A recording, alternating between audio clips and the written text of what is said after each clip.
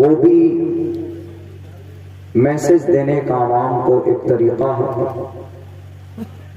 وہ یہ سمجھیے کہ ہم تقریر کرتے ہیں تو حضرت جعفر رضی اللہ تعالی عنہ کی سنت پر عمل کرتے، اشعار کے ذریعے کوئی پیغام آپ تک پہنچاتا ہے تو حضرت حسان بن ثابت رضی اللہ تعالی عنہ کی سنت پر عمل کرتا ہے. بہت اچھی باتیں بھی انہوں نے آپ کے سامنے پیش کی ہے. اللہ سے دعا کیجیے جن کی زبان سے بھی شریعت کی جو بات آپ کے کانوں تک پہنچی ہے، اللہ اس پر عمل کی توفیق عطا فرمائے اور اپنی زندگی کے اندر کوئی تبدیلی کا شوق پیدا ہو جائے. یہ بہت بڑی بات ہے آج کے زمانے میں. اصل میں ہم خود مجرم ہیں. ہم دوسرے کسی فرق باطلہ کو یا کسی اغیار کو، یہود و نصارہ کو، ظلم و تشدد کرنے والوں کو ہم بلیم کرتے ہیں کہ نہیں وہ ہمارے اسلام کو بدنام کرنے میں تلے ہوئے ہیں. وہ بھی ہے، لیکن پہلے نمبر پر وہ نہیں ہے. پہلے نمبر پر ہم لوگ ہیں.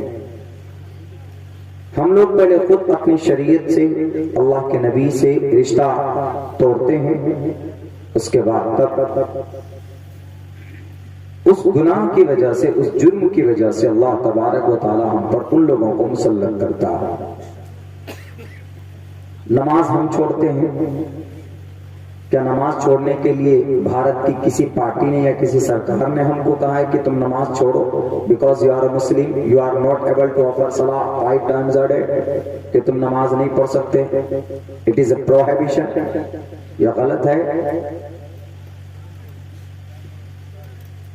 یا کرسچینٹیز کی کسی ان کے راہب نے، یہودیوں کے کسی پوپ نے کہا کہ تم سود کھاؤ، غیبت کرو، چغل خوری کرو، یا سماج کی کسی بیٹی سے کہا کہ تم بال کھول کر چلو. ہمارا عمل پروف بنتا ہے میرے بھائیوں. ہم اگر کوئی عمل کرتے ہیں یا نہیں کرتے ہیں تو اس کا ججمنٹ، اس کا فیصلہ کورٹ میں لیا جاتا ہے. انہیں ہمارے قرآن سے، شریعت سے کوئی مطلب نہیں کہ مسلمانوں کے پاس ان کا قرآن، ان کی شریعت، ان کی حدیث کی کتابیں، صحاح ستہ، بخاری، ترمذی، داؤد، ابن ماجہ وغیرہ وغیرہ، وہ نہیں جانتے. وہ آپ کے عمل کو، انہوں نے کہا کہ مثال کے طور پر ہم بہرائچ سے جانا چاہتے ہیں لکھنؤ، یا لکھنؤ سے آپ دہلی جانا چاہتے ہیں، تو آپ محمد کے غلام ہیں تو کیسے جائیں گے آپ؟ جن چیزوں پر بیٹھ کر اللہ کے نبی سواری کرتے تھے انہی میں سے کسی ایک چیز کو آپ چاہیں گے کہ ان پہ بیٹھ کے ہم جائیں. اونٹ پہ، گدھے پہ، خچر پہ، گھوڑے پہ، کہ محمد رسول اللہ انہی چیزوں پر سفر کرتے تھے. وہ زمانے میں تو ہوائی جہاز یا راجدھانی یا کوئی اور دوسری فاسٹ کوئی سواری تھی نہیں. کیوں؟ اس لیے کہ بھئی محمد رسول اللہ کے ہم غلام ہیں، ہم ان کے عاشق ہیں، ہم ان کے دیوانے ہیں. تو اسی لیے ہم ان کے زمانے میں سواری جو بھی دلی سے، لکھنؤ سے دلی جانے کے، ہم اس پر بیٹھ کر جائیں گے. عاشق تو اسے کہتا ہے نا کہ محبوب کی ایک ایک بات پسند ہو، جو اس کی منشا اور اچھا ہو، خواہش ہو، اس کے مطابق اپنی زندگی گزارے. تو آپ کے کہنے کے مطابق کہ اللہ کے نبی کی زندگی میں اسوا ہے بہترین، اس کو اپنا لو، تم دنیا میں کامیاب، مرنے کے بعد بھی کامیاب. تو ہم نبی کی زندگی کو اسوا مانیں گے تو لکھنؤ سے دلی جانا ہے، کون سا چیز، کیسے؟ محمد اونٹ کو استعمال کرتے تھے. لو جی اب اونٹ لاؤ، کہاں سے لائیں گے؟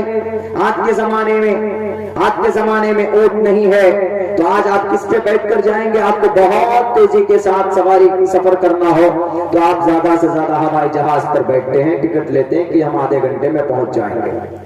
میں ممبئی سے چلا ہوں، 1 گھنٹے 45 منٹ لگے، 1400 کلومیٹر دور ہے آپ کا. میں وہاں سے یہاں تک پہنچا ہوں تو 1400 کلومیٹر دور 2.25 گھنٹے کے اندر میں سب آسانی سے ہم نے طے کر لیا.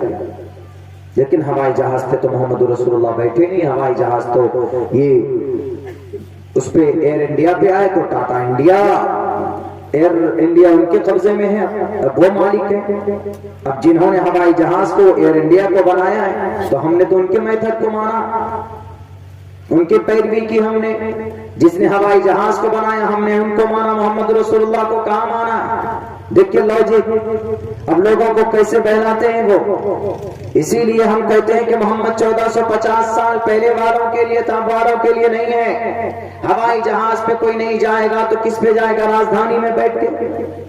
کس پہ بیٹھ کر جائے گا؟ شتابدی پہ بیٹھ کر جائے گا، بلٹ ٹرین پہ بیٹھ کر جائے گا. غلط بات ہے کہ ہمیشہ بلٹ ٹرین جا کر کسی نہ کسی بھینس سے جا کے ٹکرا جاتی ہے آج کے زمانے میں، اور ٹکرانے کے بعد میں اس کا فیس اور چہرہ بھی بگڑ جاتا ہے. تو آپ کہیں گے کہ بلٹ ٹرین پہ بیٹھ کے جائیں گے تو بلٹ ٹرین تو ہمارے پرائم منسٹر کا لایا ہوا ہے.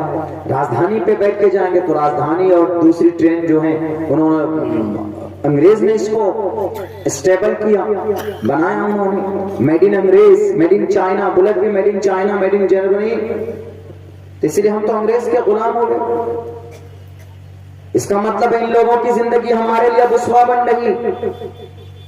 مان رہے ہم ان کو ایگزامپل دے کے سیٹ کر رہا ہے لوگوں کو برگلانے کے لیے، لوگوں کے دماغ میں ان کو کنفیوز کرنے کے لیے. ہم اور آپ ہیں، پڑھے لکھے ہیں، وہ تو بالکل جواب دے سکتا، سمجھ سکتا. لیکن جو طبقہ پڑھا لکھا نہیں وہ تو کہے گا کہ ہاں بھائی صحیح کہہ رہا ہے. جب ہم سب دوسری ساری چیزیں دوسروں کی استعمال ہم کر رہے ہیں، اور آج ہم نبی پاک علیہ السلام کو پھر کیوں مانے؟ What is need to follow the prophet Muhammad صلی اللہ علیہ وسلم؟ کیا ضرورت ہے ماننے کی؟ انگریز دیکھیے social media, WhatsApp, Facebook پہ نہیں آیا ہے اعتراض. کہاں پر ہے؟ بلاگز پہ، ویب سائٹ پہ جائیں گے جس میں 60% پڑھے لکھے لوگ پڑھتے ہیں، آرٹیکلز لکھے جاتے ہیں، وہاں پر یہ اعتراض چل رہا ہے گھوم گھوم کر کہ نبی پاک علیہ الصلوۃ والسلام 1450 سال پہلے کے لیے، اب کے لیے نہیں ہے. ابھی تو جناب ماڈرن زمانہ ہے، ابھی جناب ٹیکنالوجی کا زمانہ ہے، ابھی جناب ایسا ہے آدھونک زمانہ ہے. اس لیے محمد کو پیچھے چھوڑو. 1450 سال پہلے ابھی کے زمانے میں جو آپ کے سامنے میں نئی نئی چیزیں وجود میں لا رہا ہے، اس کو اپنا گرو مانو، اس کو اپنی عقل کے ذریعے سے تسلیم کرو. کوئی خدا نہیں ہے، کوئی نبی نہیں ہے، کوئی رسول نہیں ہے، کوئی اوتار نہیں. اپنی عقل کو، اپنے دماغ کو خدا مانو، اور زیادہ سے زیادہ اس کو خدا مانو جو آپ کے سامنے کوئی نئی چیز وجود میں لا کر دے رہا ہے. لوگوں کا یہ اعتراض، محمد کا زمانہ پہلے تھا، آپ کے محمد کی زندگی میں ان سب چیزوں کا وجود نہیں ہے. نبی پاک علیہ السلام کی زندگی خالی ہے، اس لیے ہم نبی پاک علیہ السلام کو رول ماڈل نہیں مانتے. ایک ہوائی جہاز پہ بیٹھ گئے تو آپ غلام بن گئے ایئر انڈیا کے، انڈیگو کے، اسپائس جیٹ کے، جیٹ ایئر بیس کے. وہ تو بند کلاسڈ ہو گیا.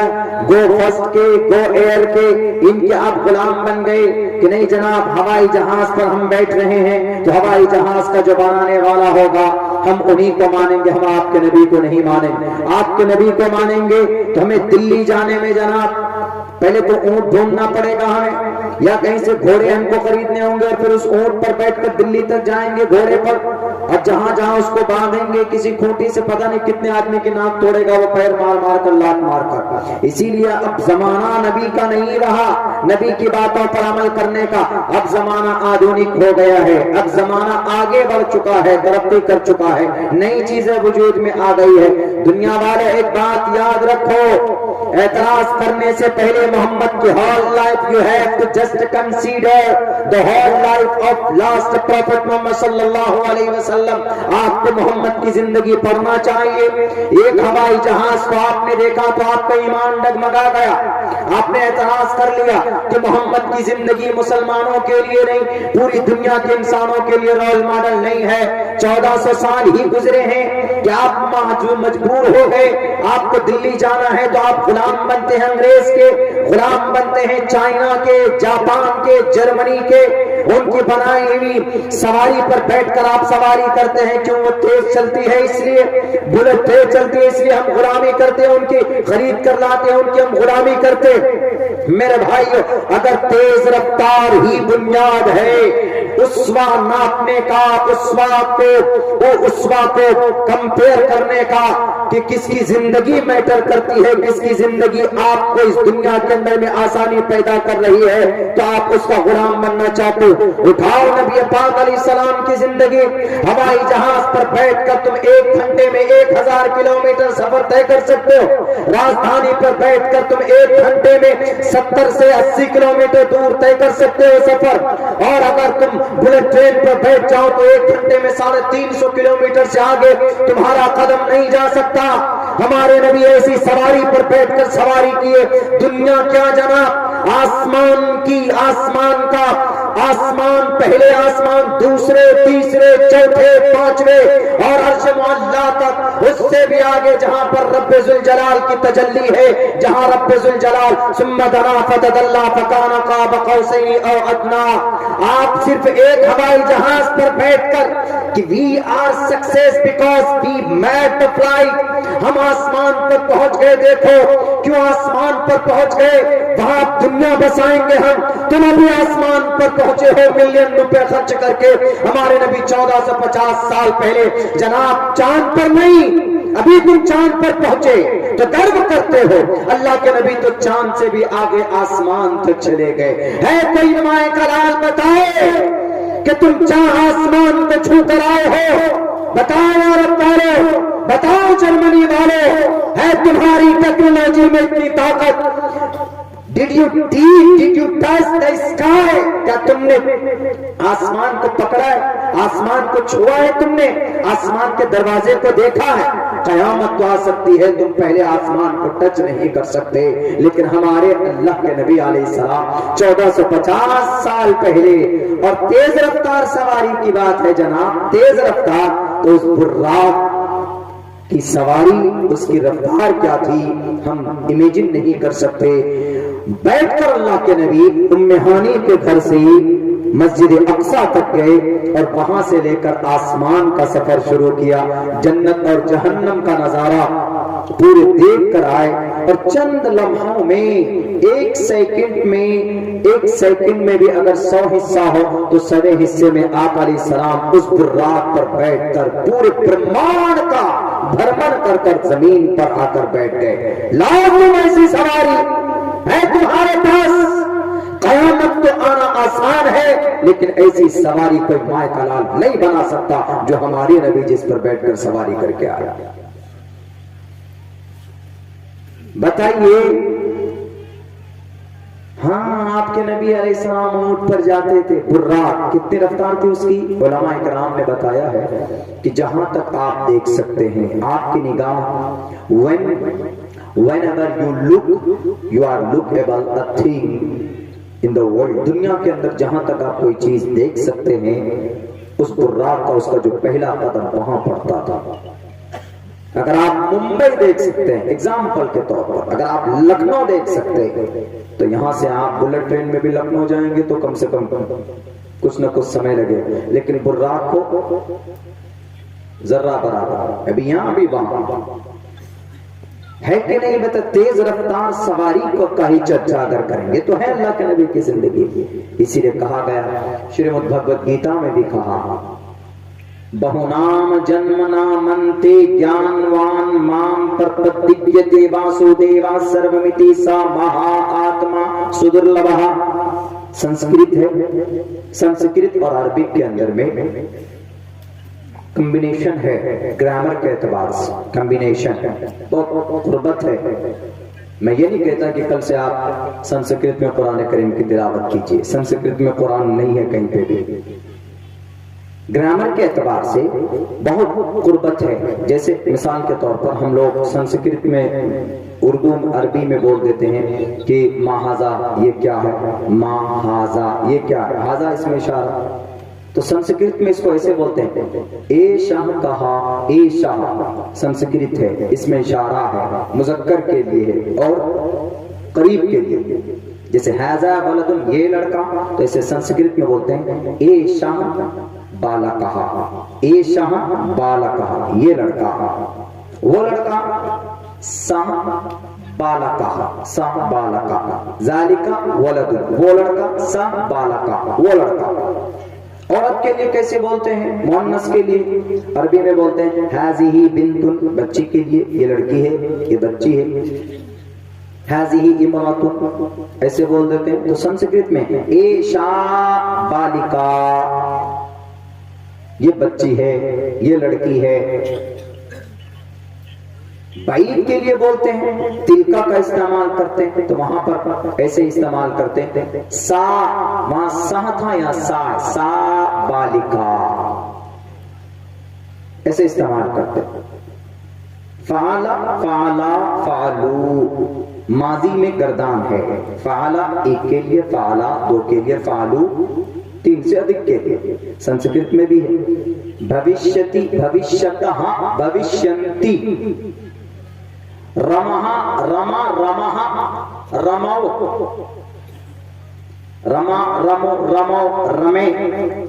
فعلا فعلا فعلو تھوڑی سی کمبینیشن ہے، باقی سیم نہیں ہے. کچھ چیزوں میں واحد کے لیے ایک بول دیتے ہیں، تو ایک وچنم سنسکرت میں بھی ہندی میں بھی استعمال ہونے لگا. دوی وچنم دو کے لیے، بہو وچنم تین کے لیے. ہم لوگ مذکر کے لیے بول دیتے ہیں، مذکر بولتے ہیں سنسکرت میں پروش لنگم بولا جاتا ہے، استری لنگم مؤنث کے لیے بولا جاتا ہے. مخنث کے لیے بھی بولتے ہیں نپنسک لنگم.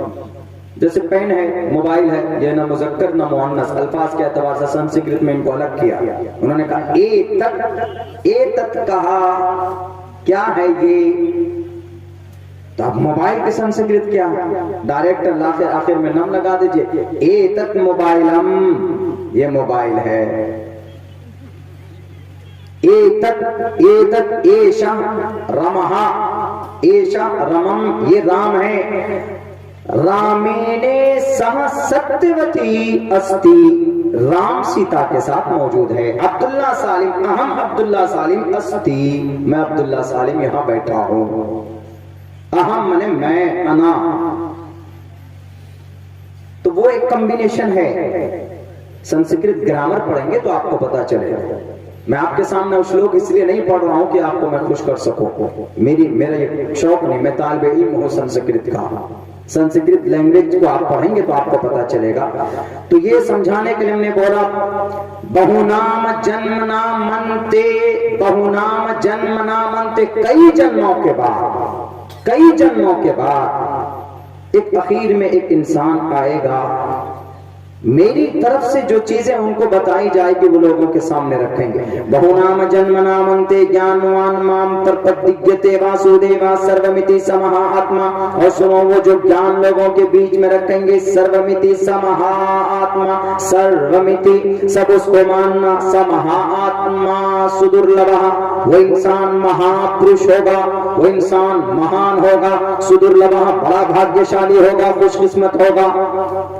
کن کی تعریف ہے؟ اب اللہ کے نبی کی تعریف کیجئے. انا خاتم النبیین لا نبی بعدی، میں آخری نبی ہوں، میرے بعد کوئی نبی نہیں آنے والے اس زمین پر، اس دھرتی پر. اور میں کون ہوں؟ انما بعثتم میسرین، میں آسانی پیدا کرنے کے لیے بھیجا گیا ہوں. ولم تبعثوا معسرین، میں ذرہ برابر کسی کو تکلیف میں ڈالنے کے لیے نہیں بھیجا گیا ہوں. سیم منتر اور سیم احادیث مبارکہ آپ کے سامنے میں. ایک آدمی نے ہم سے کہا کہ مولانا آپ ان کی کتاب میں اپنے نبی کو آپ ثابت کر دیتے ہیں. وہ کہیں گے کہ بھئی آپ اپنی کتاب میں نبی کو مانتے ہو، ہم آپ ہی کی نبی کو ہم ہماری کتاب میں مانتے ہیں. تو کیا ضرورت ہے what is need to accept the Islam, کیا ضرورت ہے اسلام کو ماننے کی؟ ہماری ان کی کتابوں میں آپ نے ثابت کر دیا.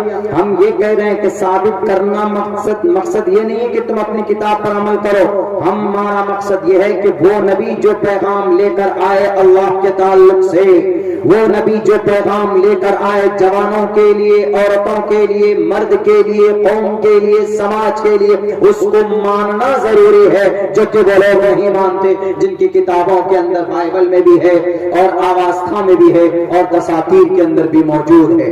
میرے بھائیوں، لوگ اعتراض کر دیتے نبی پاک علیہ الصلوۃ والسلام کی ذات اقدس پر کہ 1450 سال کے لیے تھا یہ رہبر اور رہنما، اب ان کی زندگی کو فالائبل نہیں بنایا جا سکتا۔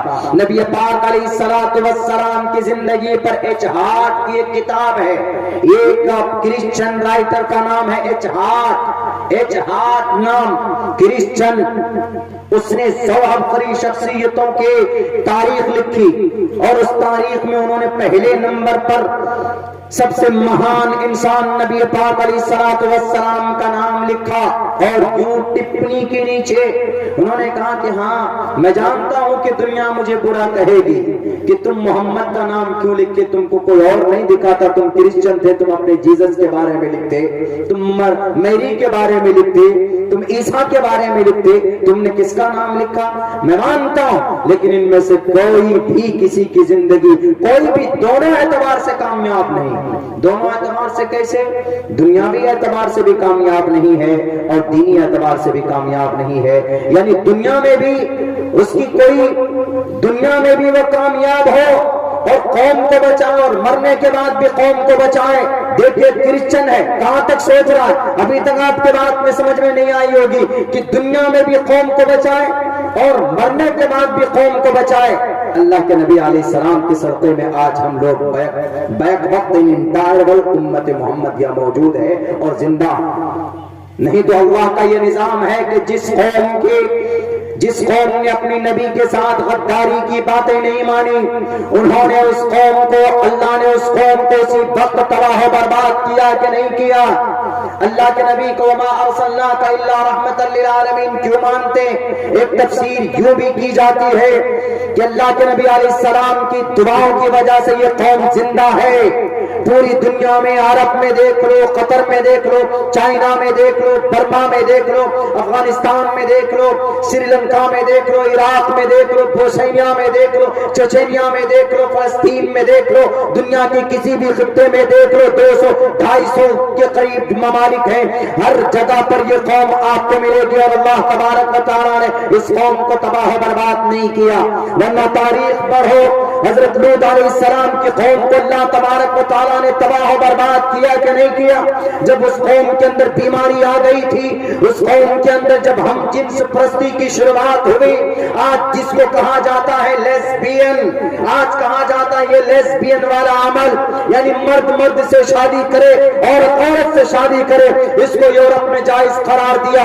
یہ لوط علیہ السلام کی قوم کا وہ عمل ہے جس کی وجہ سے اس قوم کو اللہ تبارک و تعالیٰ نے زمین سے اٹھا کر آسمان پر لے کر حضرت جبرائیل پہنچتے اور وہاں پر لے جا کر پٹخ دیتے، اس قوم کے اوپر کا نیچے کے اوپر تباہ و برباد کر دی جاتی ہے وہ قوم۔ وجعلنا عالیہا سافلہا وامطرنا علیہم حجارۃ من سجیل منضود۔ میرے بھائیو، لوط کی بات نہیں مانی قوم نے، اللہ نے پورے قوم کو تباہ کر دیا۔ حضرت نوح علیہ السلام کی قوم نے حضرت نوح کی بات نہیں مانی، 6 مہینے مسلسل بارش لا کر سیلاب اور طوفان میں پوری قوم کو اس دنیا سے تباہ و برباد کر دیا۔ ہمارے علاقے سیمانچل میں سن 2017 میں سیلاب آیا تھا، باڑھ پانی صرف 24 گھنٹے کی مدت میں اس سیلاب نے تباہ و برباد کر دیا تھا، ساری فصلیں تباہ ہو گئی تھی۔ ہم خود اس پانی کو ہم نے فیس کیا، 5 فٹ پانی ہمارے اسکول اور ہمارے مدرسوں کے اندر موجود تھے۔ صرف 24 گھنٹے کے پانی نے، ایسا کیمیکل والا پانی ہم نے اپنی زندگی میں نہیں دیکھا۔ جدھر سے وہ پانی گزرا تباہ کرتا چلا گیا، جلا کر راکھ کر کے چلا گیا، نہ معلوم کیسی ایسڈ دے کر اس کو بھیجا گیا تھا۔ میرے کہ جب 6 مہینے تک مسلسل بارش ہوئی، اللہ تبارک و تعالیٰ نے پوری دنیا کے اندر سارے جتنے بھی مخالفین تھے، جتنے بھی اللہ کے نافرمان بندے تھے، سب کو اس میں تباہ و برباد کر دیا، سب کا خاتمہ ہو گیا۔ صرف حضرت نوح علیہ السلام کے ساتھ جو تھے رب کو ماننے والے، جو توحید پرست تھے، اللہ تبارک و تعالیٰ نے اس کشتی پر بٹھا کر ان لوگوں کو محفوظ کیا، ان لوگوں کو سیف رکھا۔ لیکن قوم تباہ ہوئی کہ نہیں ہوئی؟ پوری قوم تباہ کر دی گئی۔ وَإِلَىٰ عَادٍ أَخَاهُمْ هُودًا، وَإِلَىٰ عَادٍ أَخَاهُمْ هُودًا، حضرت ہود کی قوم عاد کو دیکھ لیجئے، پہاڑوں میں لمبی موٹی مضبوط ستون بنا کر اپنا گھر بنانے والے، اللہ نے اس قوم کو تباہ کر دیا۔ اور پھر اٹھائیے حضرت صالح علیہ السلام کے قوم کو، اونٹ سے کہا کہ تم اونٹ، پہاڑ سے کہا کہ تم اونٹ نکال کر دکھاؤ، حضرت صالح نے اونٹ نکال کر کے دکھایا بھی، کہنے کے باوجود، ان کی شرائط پر عمل کرنے کے باوجود بھی قوم نے نوح کی بات، صالح کی بات نہیں مانی، تو اللہ تبارک و تعالیٰ نے بادلوں سے آگ کی بارش کی اور پورے قوم کو تباہ کر دیا۔ نہ ماننے کی وجہ سے بنی اسرائیل کو بندر بنا دیا جاتا ہے، وَكُونُوا قِرَدَةً خَاسِئِينَ، حضرت موسیٰ کی بات نہیں مانتے ہیں، تباہ و برباد کر دیے جاتے ہیں۔ لیکن میرے بھائیوں، کیا ان قوم سے بڑی بڑی غلطی ہمارے قوم میں نہیں؟ کیا قوم لوط کی غلطی ہمارے قوم میں نہیں؟ وہ گناہ ہم کرتے ہیں کہ نہیں کرتے؟ کرتے ضرور ہیں۔ کیا حضرت نوح علیہ السلام کے قوم سے بڑی حد دھرم قوم ہم ہوئے کہ نہیں ہوئے؟ دھڑلے سے ہم نماز چھوڑتے ہیں، شرک کرتے ہیں، سود کھاتے ہیں، جھوٹ بولتے ہیں، غیبت کرتے ہیں، چغل خوری کرتے ہیں، وَلَا تَجَسَّسُوا وَلَا يَغْتَبْ بَعْضُكُمْ بَعْضًا۔ ہماری سماج کی بیٹیاں اپنے سر پر دوپٹہ نہیں رکھنا چاہتی۔ کیا قرآن کریم کی 7 آیت پردے کے اوپر نازل نہیں ہے؟ کیا حدیث کی 70 حدیثیں پردے کے اوپر دلالت نہیں کرتی ہے؟ لیکن سماج کی بچی اور بیٹی پردے کو بالائے طاق رکھ کر اپنی فیشن کو پروموٹ کرتی ہے۔ بتائیے بنی اسرائیل سے بڑی مخالفت یہ قوم کرتی ہے کہ نہیں کرتی؟ وہ ساری قوم تباہ ہو گئی، لیکن اللہ کے نبی کی صدقے میں یہ قوم آج تک زندہ ہے۔ اللہ کے نبی نے کہا کہ اللہ، میرے چلے جانے کے بعد میری ایک گزارش ہے، میری اس قوم کو back one time at a time, please اس قوم کو، ہماری امتی کو اے اللہ بیک وقت ہلاک مت کرنا۔ اللہ کے نبی کی دعا موجود قبول ہوئی، اور جس کی وجہ سے یہ قوم اتنی گناہ کرنے کے باوجود بھی ایک وقت میں ہلاک نہیں کی جا رہی۔ اسی لیے کہا گیا وَمَا أَرْسَلْنَاكَ إِلَّا رَحْمَةً لِّلْعَالَمِينَ، رحمت اس لیے رحمت ہے۔ تو اس رائٹر نے کہا کہ دونوں جہان میں جس نے قوم کو بچایا، دنیا میں تو بچا لیا، مرنے کے بعد اللہ کے نبی کیسے بچائیں گے؟ وہاں تو یوم یفر المرء من اخیہ وامہ وابیہ وصاحبتہ وبنیہ، ہر انسان نفسی نفسی کے عالم میں ہوگا، پریشانیوں میں ہوگا۔ نوجوان جتنی سیلفی لیں گے وہ بھی وہاں پر دکھے گا، جتنے یہاں پر فیس بک آئی ڈی ہے سب کا پاسورڈ رب کو معلوم ہے، آپ کو معلوم نہ ہو رب کو معلوم ہے۔ لا یغادر صغیرۃ، علماء بیٹھے ہیں تفسیر بہتر کر سکتے ہیں، لا یغادر صغیرۃ ولا کبیرۃ الا احصاها، سب کچھ سیف ہے۔ کل قیامت میں پوری ایک دم 500 GB میموری ہے وہاں پر محفوظ۔ رب کی میموری کبھی فل نہیں ہوتی، کیونکہ 2 وہ ہیں کرامن کاتبین یعلمون ما تفعلون۔ کیمرہ تو ابھی لانچ ہوا، وہ کیمرہ پہلے لے کر بٹھا دیا اللہ نے، تو سب کچھ وہاں پر نظر آئے گا۔ وہاں انسان پریشانی کے عالم میں مبتلا ہوگا، یہاں کسی کو مارا ہے، کسی کو پیٹا ہے، وہ وہاں پر دکھے گا، سب جھوٹ بولے گا اللہ کے سامنے کہ اللہ میں نے ایسا نہیں کیا، میں مائک پکڑ کر اللہ میں نے جھوٹ نہیں کیا تھا۔ اچھا جھوٹ نہیں بولے تھے؟ جھوٹ تو بہت بولتے تھے تم، لوگوں سے وعدے کیے تھے، 1 بھی روپے نہیں بھیجا تم نے، اور کیا کہوں، لوگوں سے وعدے کرتے تھے کہ ہاں میں تم کو پیسے دے دوں گا فلاں ٹائم پہ، تم نے پیسے نہیں دیے، وعدے کرتے تھے اچھی باتوں کے لیکن نہیں نبھاتے تھے، جھوٹ بولتے تھے۔